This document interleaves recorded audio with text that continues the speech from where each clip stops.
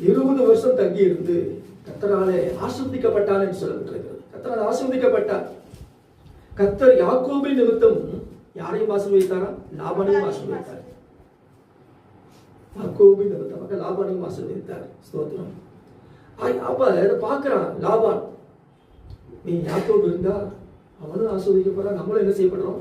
ஆசீர்வதிக்கப்படுகிறோம். அதனால அவனை விடக்கூடாது, அவன் ஏன் இருக்கணும் அப்படின்னு சொல்லி கேட்கிறான் பாருங்கள். ஸ்தோத்திரம்.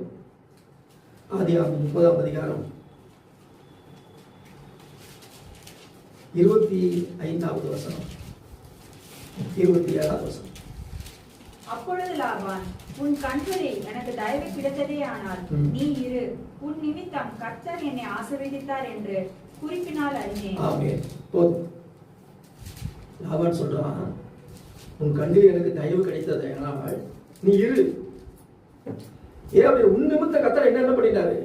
ஆசீர்வதித்தார் என்பதை குறிப்பினால். அப்படின்னா ஆங்கிலத்தில் பை எக்ஸ்பீரியன்ஸ் என்று எழுதப்பட்டிருக்கிறது. அனுபவத்தில் நான் பார்க்கிறேன், கண்ணார பார்க்கிறேன். நான் நீ வந்த உடனே கர்த்தர் மிகவும் ஆசீர்வதித்து விட்டார், அதனால நீ இரு அப்படின்னு சொல்றான். ஏன் இதை அப்படி சொல்றான் அப்படின்னா 25வது வருஷத்துல இந்த யாக்கோபு என்ன செய்யறான்? என்னை அனுப்பிவிடும் என்று கேட்கிறான். யாக்கோபு லாபானை நோக்கி, நான் என் ஸ்தானத்திற்கும் என் தேசத்திற்கும் போக என்னை அனுப்பிவிடும் என்று சொன்ன பொழுதுதான் பதில் சொல்லுகிறான், நீ இருப்பா, நீ வந்ததுனாலதான் நான் என்ன செய்யப்பட்டிருக்கிறேன்? ஆசீர்வதிக்கப்பட்டிருக்கிறேன், இரு அப்படின்னு சொல்றான். யாக்கோபின் தயவை லாபான் எதிர்பார்த்து காத்திருக்கிறான். அல்லேலூயா. இந்த நிலைமை நம்ம சற்று யோசித்து பார்க்கணும். யாக்கோபு அவன் வயதிலே அவன் சிறியவன், லாபான் வயதிலே மூத்தவன். வயதிலே மூத்த ஒருவர் தன்னில் வயது குறைந்த ஒருவரிடம் தயவை கேட்பது என்பது எத்தனை ஒரு உணர்வுபூர்வமான காரியம் பாருங்க. அல்லேலூயா. அது அந்த அனுபவத்தில் வந்தாதான் தெரியும். வயதுல மூத்தவர் அவர் மாமா.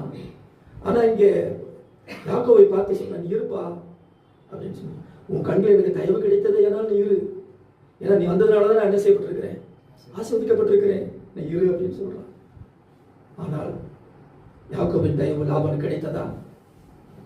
சொல்லுங்க, கிடைக்கல. ஏன் அப்படின்னா கர்த்தரே என்ன சொல்லியிருந்தாரு பாருங்க. எடுத்து வாசத்தை பாருங்கள். சோதரம். ஆதியாகமம் 31ஆம் அதிகாரம் 3வது வசனம், 33 எடுத்து வாசத்தை பாருங்கள். கர்த்தர் யாக்கோபை நோக்கி, உன் பிதாக்களுடைய தேசத்திற்கும் உன் இனத்தாரிடத்திற்கும் நீ திரும்பி போ, நான் உன்னோட கூட இருப்பேன் என்றார். ஆமென். கர்த்தரே சொல்லிட்டாரு. என்ன சொன்னாரு? உன் பிதாக்களுடைய தேசத்திற்கும் உன் இனத்தாரிடத்திற்கும் நீ என்ன செய்? திரும்பி போ, நான்